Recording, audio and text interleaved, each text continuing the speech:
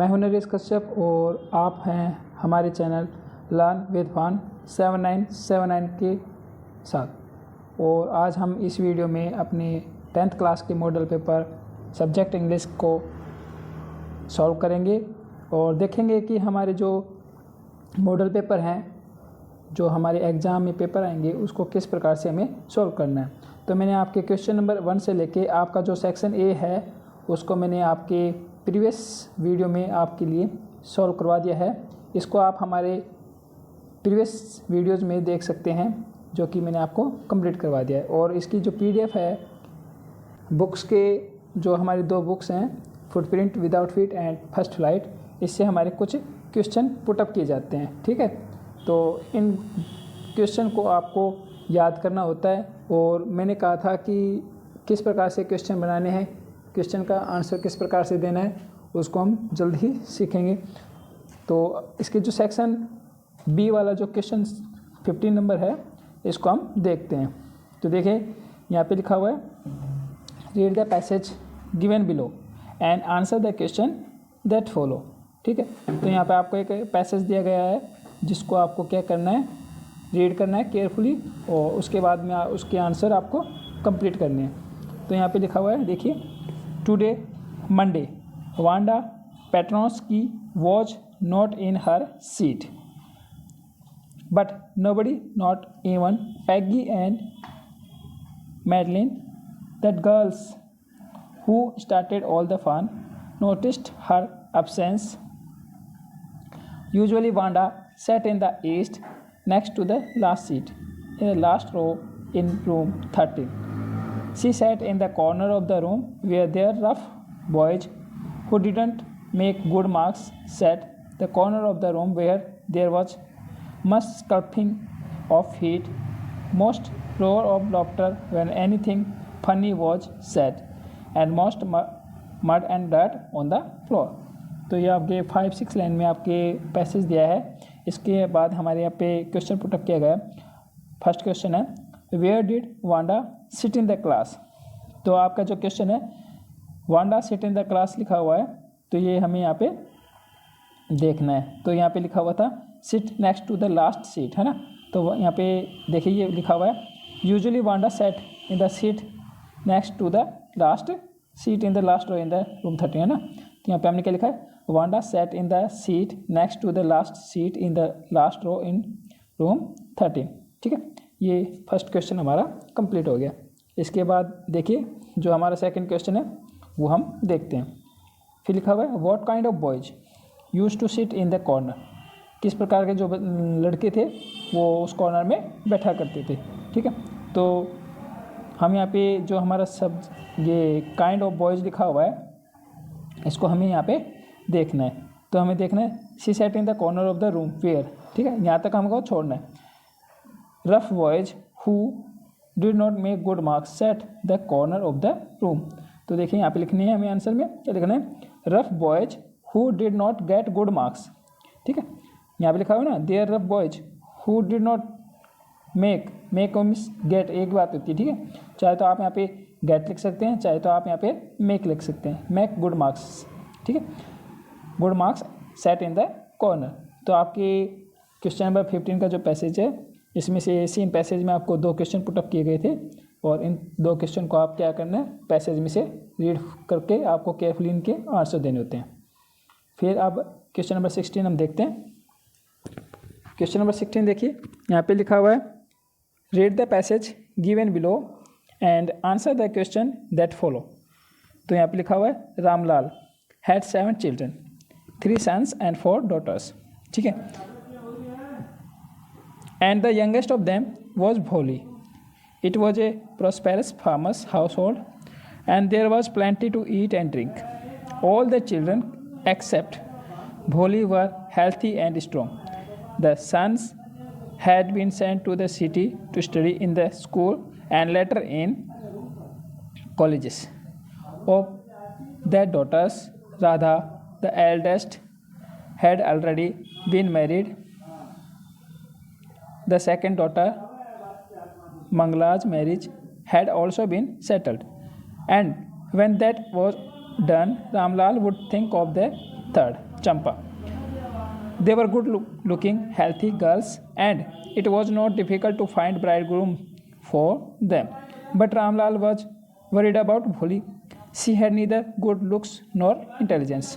तो यहाँ पे मैं आपको जो क्वेश्चन से आंसर बनाने हैं ये आपको मैं इस लेवल से सिखा रहा हूँ कि आपको हमें ये मान के चलना है कि हमें बिल्कुल भी इंग्लिश में कुछ नहीं आता है, बस हमें ट्रिक को यूज करना है जिससे आपके मार्क्स आप मैक्सिमम मार्क्स ऑब्टेन कर सकें.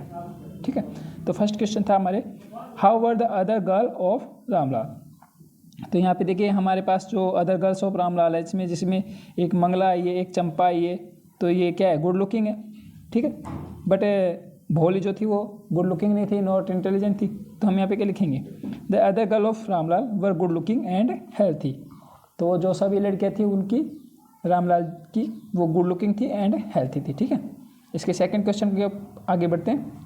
Why was Ramlal worried about भोली. रामलाल भोली के लिए वरिड क्यों था, तो इसको हम क्या करना है, रामलाल वरिड अबाउट भोली बिकॉज. ठीक है, मैंने आपको बताया था क्वेश्चन से आंसर बनाते हैं तो उस टाइम क्या करते हैं, जो हमारे पास सब्जेक्ट होता है, यहाँ पे हमारे पास सब्जेक्ट है रामलाल, तो रामलाल से जस्ट पहले हमारे पास क्या है, हेल्पिंग वर्ब है. तो रामलाल वॉज, ठीक है, वरिड अबाउट भोली. आपको इस प्रकार से क्वेश्चन का आंसर बनाना है. और उसके बाद किस लिए था, वाई का मतलब पूछा है, कारण रीजन पूछा है, तो इस रीजन को आपको क्या लिखना है, बिकॉज. आप डायरेक्टली बिकॉज भी स्टार्ट कर सकते हैं, बट आपको जो एग्जामिनर होता है, एग्जाम में कॉपी चेक करते हैं, तो आपके आधे 1 नंबर का फ़र्क पड़ने की लिए संभावना है, क्योंकि आंसर तो आपका कंप्लीट है, लेकिन आपका पूरे तरीके से जो सिस्टमेटिक तरीका होता है आंसर लिखने का, उसमें यह होता है कि आप जो आपको सेंटेंस दिया गया है उसी से सब्जेक्ट, हेल्पिंग वर्ब और जो बाकी जो चीज़ें लिखी होती हैं वर्ब, ऑब्जेक्ट वगैरह, उनको आप लेके चलते हो तो आपके 1 या आधा नंबर आने के चांस ज़्यादा होते हैं. Because she had neither good looks nor intelligent, ये लास्ट लाइन में हमारे लिखा हुआ था. ठीक है, देखो यहाँ पे लिखा हुआ है she had neither good looks nor intelligent. तो देखिए हमारे यहाँ पे क्वेश्चन नंबर 16 कंप्लीट हो गया. अब 15 और 16 जो हमारे हैं सीन पैसेजेस हैं. इसके बाद हमारे पास 17 पे एक पैसेज तो सीन ही है, लेकिन ये पोएम से रिलेटेड क्वेश्चन है, और इसको देख के हमें क्या करना होता है, इसके आंसर जो क्वेश्चन जो पुटअप किए जाते हैं उन क्वेश्चन को आंसर करना होता है. तो देखिए क्वेश्चन नंबर 17 है हमारे पास, read the stanza given below and answer the question that follow. तो लिखा हुआ the way a crow shook down on me the dust of snow from a hemlock tree. तो ये 4 लाइन्स में आपको, यानी कि एक स्टेंजा में क्वाड्रेंस है, इस क्वाड्रेंस में आपको क्वेश्चन पुटअप किया गया. ठीक है, तो देखिए फर्स्ट क्वेश्चन है what felt over the poet, कि what fell over the poet, poet के ऊपर क्या गिरा, है ना. तो यहाँ पे लिखा था the way a crow shook down on me the dust of snow. तो हम यहाँ पे लिखेंगे ए शॉवर ऑफ स्नो पार्टिकल्स. ठीक है, जो स्नो पार्टिकल्स थे फेल ओवर द पोइट. आप अगर शॉवर नहीं लिखना चाहते कोई बात नहीं, इसको आप शॉर्टकट में भी लिख सकते हैं, snow particles fail over the poet. ठीक है, या फिर आप ये भी कर सकते हैं the dust of snow fail over the poet. मतलब आप एक क्वेश्चन को 2 या 3 तरीके से आराम से बनाकर लिख सकते हैं, आपके मार्क्स आने के चांसेस हैं. ठीक है, आप अगर बुक से सेम टू सेम आप बनाने के सोचते हो तो उसमें क्या होता है, आपके एग्जामिनर जो होता है उसमें मार्क्स, एग्जामिनर को भी मालूम होता है कि आपने उसमें नकल की है या रट्टा मारा है, तो आपको रट्टाफिकेशन को जोड़ने देके आपको क्या करना है, अपनी खुद की क्रिएटिवनेस दिखानी होती है, आपको अपने आप से आंसर बनाने होते हैं. लेकिन उल्टे सुल्टे आंसर बनाओगे तो आपको नंबर नहीं मिलने वाले. ठीक है, तो आप नॉर्मली आप लिख सकते हैं कि द डस्ट ऑफ स्नो, ठीक है, snow particles fail over the poet, तो इससे आपके नंबर आ जाएंगे. फिर उसके बाद सेकंड क्वेश्चन पुटअप करते हैं, what cast did snow particles to fall. ठीक है, तो यहाँ पे हम लिखेंगे कि भाई किसकी वजह से हुआ था, है ना. तो ये लिखा है ए क्रो. तो अब देखिए हमें बनाना कैसे है, the snow particle fall down as a cross sitting on a hemlock tree shook its feather. तो आपको ये जो सुक डाउन ऑन मी, इसने क्या किया था, अपने फीदर्स को सुक किया था, हिलाया था, और उसके बाद जो डस्ट थी स्नो की वो उस हेमलॉक ट्री के ऊपर से फिर ये नीचे बैठा हुआ था पोइट, और उस पोइट के ऊपर ये गिरी. तो आपको इस प्रकार से इसके आंसर देने हैं. ठीक है, तो बढ़ते हैं आगे वाले क्वेश्चन के लिए. क्वेश्चन नंबर 18 है हमारे पास, read the stanza given below and answer the question that follow. यहाँ पे हमारे पास एक और स्टेंजा है जिसको आपको क्या करना है, आंसर देना है। देखते हैं इसके लिए। But if it had to perish twice I think I know enough of hate to say that for distraction ice is also great and would suffice. ये फायर एंड आइस का है, ठीक है। इसी में से क्वेश्चन पुट अप किए गए हैं। और क्या क्वेश्चन था इसका, which other human emotion does the poet hold responsible for bringing about the end of the world. तो ये कह रहा है ह्यूमन जो इमोशंस हैं, विच अदर ह्यूमन इमोशंस हैं वो रिस्पॉन्सिबल हैं किसके लिए, एंड ऑफ द वर्ल्ड के लिए। तो हमारे पास यहाँ पे है हेट। यहाँ पे आप हेटेड भी कर सकते हैं, हेट भी कर सकते हैं, ठीक है। Hate in the poets opinion would be the other human emotion. तो आप यहाँ पे लिखोगे विच अदर था ना, तो यहाँ पे लिखो तो कि hate would be the other emotion according to poet responsible for the bringing about the end of the world, ठीक है। आपको क्वेश्चन से आंसर बनाना आना चाहिए। अगर आपको क्वेश्चन से आंसर बनाना आ गया तो सिर्फ आप ट्रिक की सहायता से छोटे से आंसर को भी क्या कर सकते हो, पूरे आंसर में बदल सकते हो। और आप बड़ी ही आसानी से 2 नंबर या 4 नंबर का जो आपका क्वेश्चन होते हैं, यहाँ पे आपके 4 नंबर के हैं, तो आप इसको आराम से अचीव कर सकते हो। सेकंड क्वेश्चन है what does the poet compare hated with, ठीक है। तो यहाँ पे हमें डिस्ट्रक्शन आइस के बारे में बताया था, ठीक है, to save that for destruction ice. तो यहाँ पे देखते हैं the poet compare hated with ice. Ice की कैसे या आपने पोएम अपने टीचर से पढ़ी भी होगी। अगर मैं इसको आइडेंटिटी पूरा क्लियर करता हूँ तो इसमें हम देखते हैं कि जो आइस होती है वो धीरे धीरे इंसान के मन को जैसे शरीर पे अगर लगती है तो वो ठंडा कर देती है, और जो घृणा है वो भी हमें क्या करती है, एक प्रकार से ठंडा कर देती है और हमें सोचने की शक्ति ख़त्म कर देती है, ठीक है। तो ये हमारा बी सेक्शन कंप्लीट हो गया। और सी सेक्शन में हमारे जो क्वेश्चन है ये बुक से लिए गए हैं। 100 वर्ड में आपको इनको क्या करना है, क्लियर करना होता है। तो answer the following question in 100 words, है ना। तो क्वेश्चन नंबर 19, 20, 21 और 22, इसमें आपको 4 मार्क्स के 3 मार्क्स के 4 क्वेश्चन पुटअप करे जाएंगे, जिसमें आपके पास ऑप्शनल टाइप क्वेश्चन होगा। और इन क्वेश्चन को बनाने की जो हमारी नेक्स्ट वीडियो में मैं आपके लिए इसको कैसे बनाते हैं, कैसे आंसर करते हैं, इसको लेके आऊँगा, ठीक है। तो अगला क्वेश्चन देखते हैं। हमारे पास क्वेश्चन 23 है, सेक्शन डी है। यहाँ पे हमारे पास एक एप्लीकेशन लिखना होता है, लेटर लिखना होता है, आपको अपनी राइटिंग स्किल्स शो करनी होती है, ठीक है। तो यहाँ पे एक क्वेश्चन है, you are Shubham living in Ajmer, your friend Kunal has won a gold medal in athletic, write a letter congratulating on his success. तो आपको क्या करना है, कांग्रेस करना है इसको, अपने फ्रेंड को। तो जो आपका एड्रेस दिया हुआ है यहाँ पे वो आप लिखोगे, अगर नहीं दे रखा है तो उसके हिसाब से अपन करेंगे, है ना। तो यहाँ पे देखिए हमारे पास लिखा हुआ है अजमेर लिखा हुआ है और शुभम लिखा हुआ है, बाकी हमारे पास कुछ नहीं लिखा हुआ है। तो यहाँ पे अजमेर तो हमने लिखना है। तो सबसे पहले क्या करेंगे, जहाँ से हम हैं वहाँ का एड्रेस लिखेंगे। तो 25 सुभाष कॉलोनी ये हम राइट करेंगे, ये हमारा एड्रेस है। अब कौन सी सिटी है, अजमेर सिटी है, जो कि हमारी क्वेश्चन में दी गई है। अजमेर सिटी हमने राइट डाउन की। उसके बाद क्या होता है, हम डेट लिखते हैं कि 10 मार्च है 2023, है ना। तो आप इसको राइट डाउन करोगे। फिर आपकी जो फ्रेंड का नाम है वो यहाँ पे लिखा हुआ है कुणाल, ठीक है। तो हम यहाँ पे लिखेंगे my dear Kunal. My dear friend भी लिख सकते हैं, लेकिन अगर हम किसी को एड्रेस करते हैं, अगर उसके नाम से एड्रेस करते हैं तो ये ज़्यादा अच्छा लगता है, ठीक है। तो यहाँ पे हम लिखेंगे माय जो knew no bounds when I came to know about your winning a gold medal in the athletic. मेरे जो जॉय है जब से मुझे मालूम पड़ा कि आपने एक गोल्ड मेडल जीता है एथलेटिक में, इसकी कोई सीमा नहीं रही। आई नो, मैं जानता हूँ that it has been your dream and goal in your life. मैं जानता हूँ कि ये आपका सपना रहा है अपने जीवन में ना। तो certainly you would have practised hard for it for a long time. आपने निश्चित रूप से इसके लिए काफ़ी मेहनत भी की होगी, क्योंकि आपको भी पता होता है अगर आप किसी क्वेश्चन को बार बार सॉल्व करोगे तो आप उस क्वेश्चन को आराम से बाद में सॉल्व कर सकते हो और रिजल्ट्स में भी आपके नंबर आते हैं। तो कोई भी चीज़ है अगर हम उसकी बार बार प्रैक्टिस करते हैं काफ़ी लंबे टाइम तक, तो वो क्या होता है, उसके लिए हम विनर बन जाते हैं। It is the result of your hard work. ठीक है, ये हमारे हार्ड वर्क का रिजल्ट है तुम्हारे का। That you won the gold medal, जिससे तुमने गोल्ड मेडल जीता है। I pray to God for your bright future and hope that one day you might win a gold medal for our country. तो मैं अपने जो गॉड है उनसे मैं ये विश करूँगा कि आप अपने फ्यूचर में बढ़े और साथ ही साथ गोल्ड मेडल भी हमारे देश के लिए लेके आएँ। आगे लिखते हैं, please accept congratulations from me and my whole family.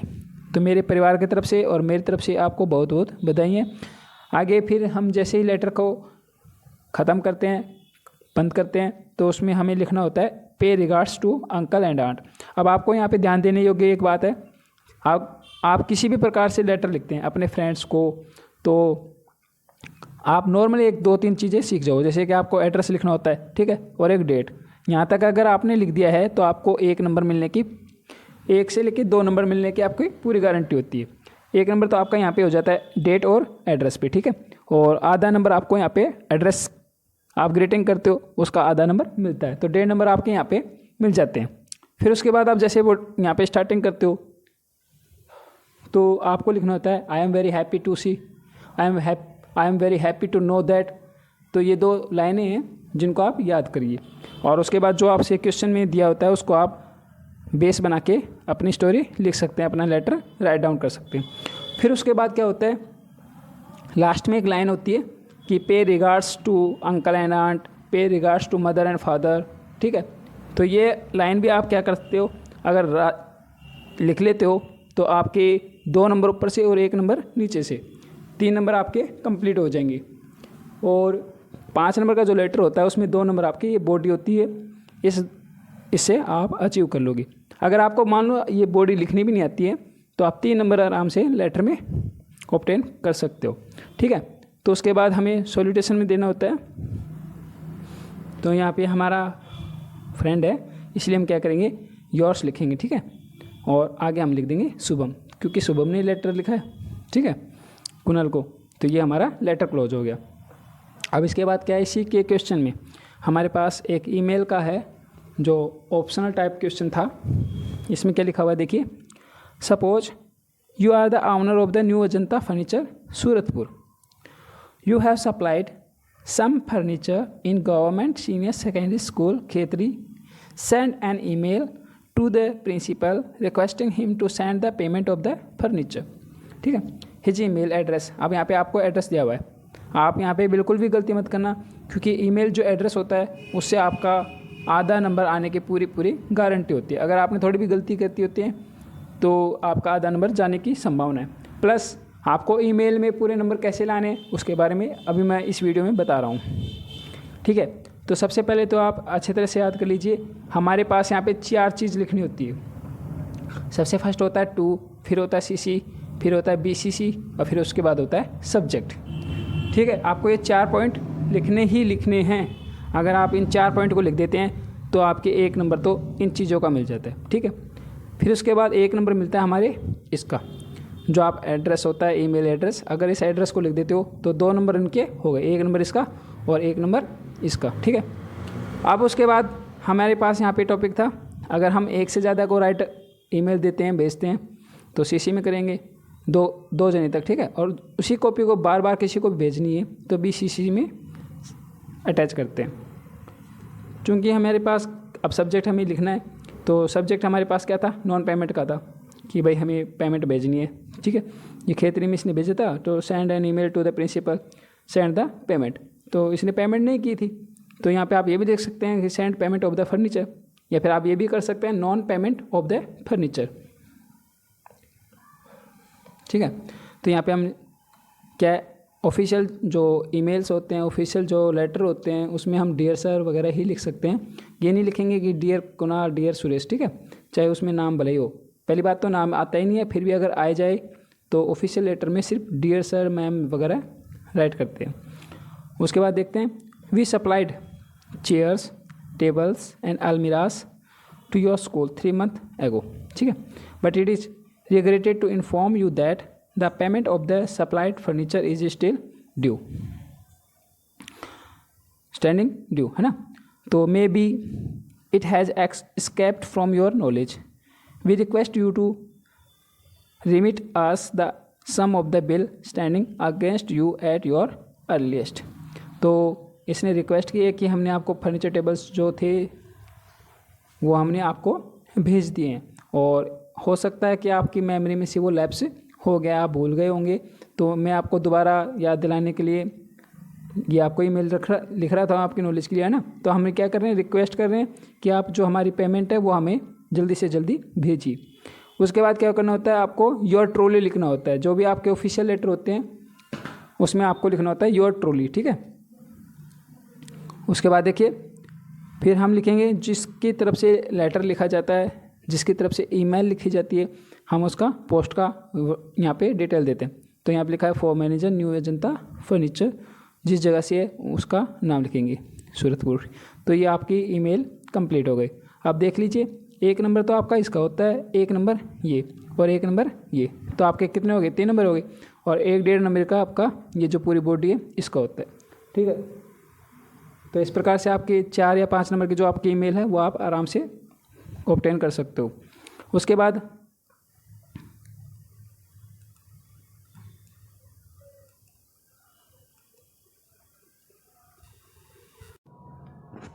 तो ये हमारा क्वेश्चन नंबर 14 हम देखते हैं। इसमें आपको एक स्टोरी आएगी जिसकी आपको आउटलाइंस दिए रहते हैं, और उससे आपको क्या करना है, एक सूटेबल आइटम जो टाइटल है वो आपको देना होता है, साथ में आपको मोरल भी लिखना होता है। तो हमारे पास यहाँ पे देखिए एक जो आउटलाइंस थे उसके हिसाब से हमने यहाँ पे स्टोरी लिखी है। स्टोरी है the cap seller and the monkeys. तो यहाँ पे आगे हम लिखते हैं once there was a cap seller in town, he went to sell his caps from village to village, ठीक है। one day he was going to sell his caps. On the way there was a thick tree. It was hot day. He wanted to take rest for some times, so he went under the tree and stretched himself for the rest. जैसे मान लो आपके 1 या 2 line complete होती है, और तो आप अगर बहुत ही ज़्यादा अच्छा रहेगा कि आप थोड़ा गैप देके लिखें, या तो आप 1 लाइन का गैप दें, या अदरवाइज जैसे आपको मान लो यहाँ पे कंप्लीट होता है तो आप आधी लाइन छोड़ के लिखें, ताकि आपको जो चेक करने वाले होते हैं उनको थोड़ा अच्छा लगे, ठीक है। क्योंकि सुंदरता से भी क्या होता है, नंबर देने के चांस बढ़ते हैं। तो आगे देखते हैं। There were many monkeys on the tree, they saw the cap seller was sleeping under the tree. The monkeys was sitting on the top branches of the tree. They came down, took the caps from the cap seller's bag, and each wore a cap on his head. सभी क्या कर लेते हैं, अपने जो सिर होता है उस पर अपनी टोपी पहन लेते हैं ना। Then they climbed up the tree again and began to jump from branch to branch in fun. और वो जो बंदर होते हैं वो एक डाली से दूसरी डाली पे कूदते हैं। आगे देखते हैं। After some times when the cap seller woke up, he was shocked and worried to see his bag empty. He search for his caps here and there. To his surprise he saw the monkeys were wearing them. He found that monkeys were imitating him. So he threw his cap down on the ground. The monkeys also did the same. The cap seller collected all the caps, put them back in his bag and went away happily. तो जो बंदर होते हैं वो क्या करता है, एक आदमी होता है जो टोपी बेचने वाला होता है, और भरी दोपहर में वो क्या करता है, एक पेड़ के नीचे आराम करने के लिए लेट जाता है। तो उसके बैग में क्या होती है, कैप्स होती हैं, और जो वहाँ पे जो ट्रीज है उसके ऊपर बंदर बैठे होते हैं, मंकीज होते हैं, वो उसको देखते हैं और उसके बैग में से जो कैप्स है वो निकाल के पहन लेते हैं। बाद में जब वो जो जगता है कैप सेलर, तो वो देखता है, वरीड भी होता है कि वो उसकी जो टोपी का बैग था वो खाली कैसे। तो उसने देखा कि जो बंदर है उन्होंने सिर के ऊपर पहन रखी है और वो उसकी नकल भी कर रहते हैं। तो वो जो आदमी होता है कैप सेलर, उसने क्या किया, अपनी टोपी को उतारा और ग्राउंड पे फेंक दिया। तो बंदर भी क्या करते हैं, डिड द सेम, उन्होंने भी क्या किया, सेम टू सेम ऐसे किया, ठीक है। बाद में जो कैब सेलर है उसने टोपियाँ उठाई और अपने बैग में डाली और वहाँ से खुशी खुशी चला गया। तो इस जो स्टोरी है इसका जो मोरल है वो ये है कि wisdom is better than weapon. जो हमारी बुद्धि है वो एक हथियार से ज़्यादा तेज़ होती है, बहुत ज़्यादा अच्छी होती है। अब इसी के ऑप्शन टाइप में जो सेकंड है, हमारे पास एक और स्टोरी होती है जिसमें से 2 स्टोरी में से आपको एक स्टोरी राइट डाउन करनी होती है, ठीक है। तो सेकंड स्टोरी है हमारे पास वुड कटर की है, ऑनेस्ट वुड कटर, है ना। तो इसको देखते हैं हम। There was a poor wood cutter, one day he was cutting a tree on the bank of a river, his axe fell into the river. आपको एक बात समझाते हैं कि जो आपकी इनटू वर्ड है, ये प्रीपोजिशन है। किसी भी चीज़ में अगर कोई चीज़ गिरती है, चाहे रिवर है, चाहे ग्लास है, पानी है, या किसी चीज़ के अंदर जब प्रवेश करते हैं, कन्वर्ट होती है, या एक चीज़ से दूसरे में कन्वर्ट करते हैं, तो हम इनटू प्रीपोजिशन का यूज करते हैं। इस बात को आप ज़रूर ध्यान रखना, क्योंकि ऐसे प्रीपोजिशन आपके क्वेश्चन में एग्जाम में आते हैं, ठीक है। आगे देखते हैं। He began to weep, hearing his cries, the god Mercury appeared there. He asked the woodcutter why he was weeping. The woodcutter told him his story. The god Mercury dived into the river. He came out with a golden axe. The woodcutter said, "It is not my axe." Again the god Mercury dived into the river. This time he came out with the silver axe. The woodcutter said, "It is also not mine." ये वाली भी मेरी नहीं है, ठीक है। Then the god Mercury dived again and brought an iron axe, ठीक है। वो क्या करता है, जो मर्करी देवता है वो उसमें आयरन एक्स लेके आते हैं, ठीक है। The wood cutter said, this is really mine, ये वाली मेरी है, ठीक है। The god mercury was pleased at his honesty. ये जो वर्ड है जिसे हम होनेस्टी बोलते हैं प्रोनाउंसिएशन में, बट रियल में इसको हम बोलते हैं ऑनेस्टी, ठीक है। He gave him all the 3 axes as reward, ठीक है। वो उसको जो तीनों ले कहता है, golden, silver and iron axes हैं, वो उसको दे देता है। After some days he told all the incident to his neighbour Shankar, a greedy man, ठीक है। अपोस्ट ये जो एंटीडोट होता है, एनेक्डोट होता है, इसको हम यहाँ पे कॉमा लगा के लिखते हैं ना। One day Shankar also went to the bank of the river with the iron axe and started cutting tree. तो शंकर भी क्या करता है, अपनी कुल्हाड़ी लेके वहाँ पे जाता है पेड़ पे और काटने लगता है। ही नोइंगली थ्रू अवे, उसने जानबूझकर क्या किया, अपनी जो कुल्हाड़ी थी x into the river and started weeping like the poor wood cutter, और उस कुल्हाड़ी को फेंक कर उस लकड़हारे की तरह रोने लगा, ठीक है। अब देखिए, हियरिंग हिज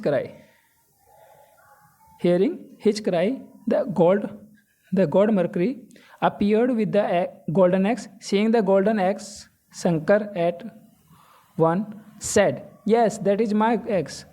तो वो जो गोल्डन एक्स लेके आते हैं गॉड मर्करी, उसको देख के शंकर क्या कहता है, हाँ ये वाली मेरी है। द गॉड मर्करी अंडरस्टूड, वो समझ जाते हैं that he was a greedy man, वो समझ जाते हैं कि ये लालची आदमी है, एंड टेलिंग अ लाई, और वो झूठ बोल रहा है। So the god mercury vanished, इसलिए वो क्या होते हैं, गायब हो जाते हैं।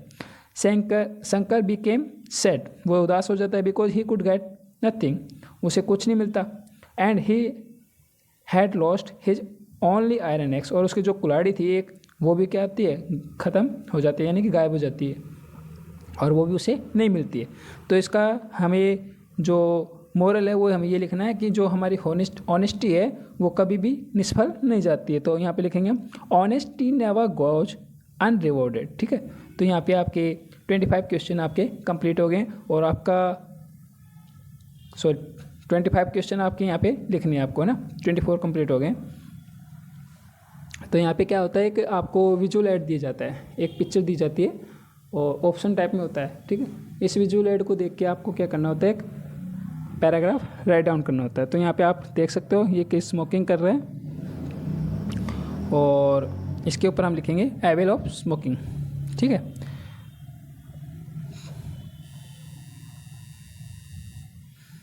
देखिए, smoking is a bad habit, it doesn't good to the person who smokes, nobody can tell only one good thing, that smoking to do a man, it is a great nuisance even to a passive smokers.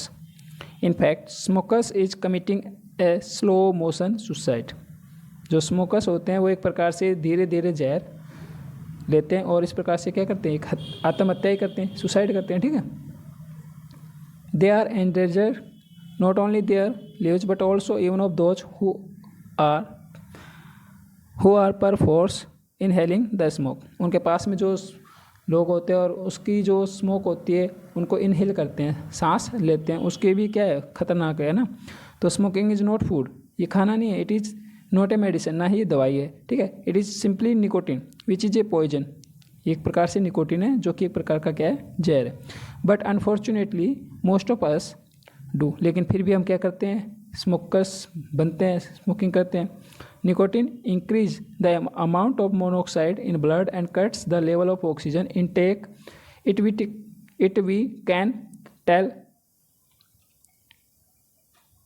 Will power of the smoker, ठीक है। तो ये क्या करती है, जो will power होती है, इच्छा होती है, वो भी क्या करती है, डिक्रीज कर देती है ना। In India statutory warning is printed on each tobacco product but no avail, और प्रोडक्ट के ऊपर लिखा भी होता है कि tobacco is injurious to health, but फिर भी क्या करते हैं, लोग लेते हैं। Smoking spells ruin to one's health, it open the gateway of physical downfall and speedy death. Tobacco consumption can cause cancer of mouth, throat and lungs. About 50% of cancer cases in India are related to tobacco consumption, and which everybody knows. But today smoking is growing in our country, so the government has banned smoking on public places. तो जो cases होते हैं cancer के 50% से ज़्यादा हो रहे हैं, और जानबूझ के फिर भी लोग क्या करते हैं, इसका स्मोकिंग करते हैं। इसलिए क्या किया गवर्नमेंट ने, बैन किया हुआ है पब्लिक प्लेस में नो स्मोकिंग, ठीक है। और इसी में आपको एक ऑप्शन होता है जिसके लिए आपको विजुअल एड दिया जाता है। तो यहाँ पे आप देख सकते हैं, यहाँ पे जो साउंड्स हैं ट्रेन की दिखाई दे रही हैं आपको, यहाँ पे ये जो स्पीकर्स हैं या प्लेन्स हैं, यहाँ पे व्हीकल्स हैं, इसके जो साउंड्स हैं ये डेसिबल में नापते हैं ना, मेजरमेंट करते हैं।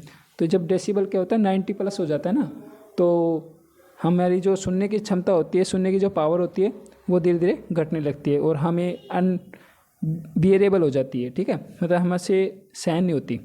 तो नॉइस पोल्यूशन के बारे में यहाँ पे हमारे पास पैराग्राफ है, तो इसको आप स्क्रीनशॉट ले सकते हैं, और इस प्रकार की जो वीडियोज़ हैं हमारे टेलीग्राम चैनल पे भी आपको मिल जाएंगी।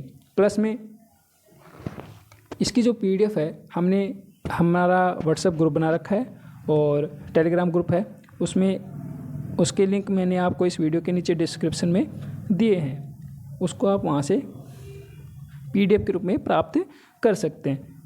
और इस प्रकार की वीडियोज बनाने के लिए, हमें मोटिवेट करने के लिए हमारे चैनल को सब्सक्राइब करें, ताकि हम आपसे मोटिवेट होते रहें। Thanks for watching.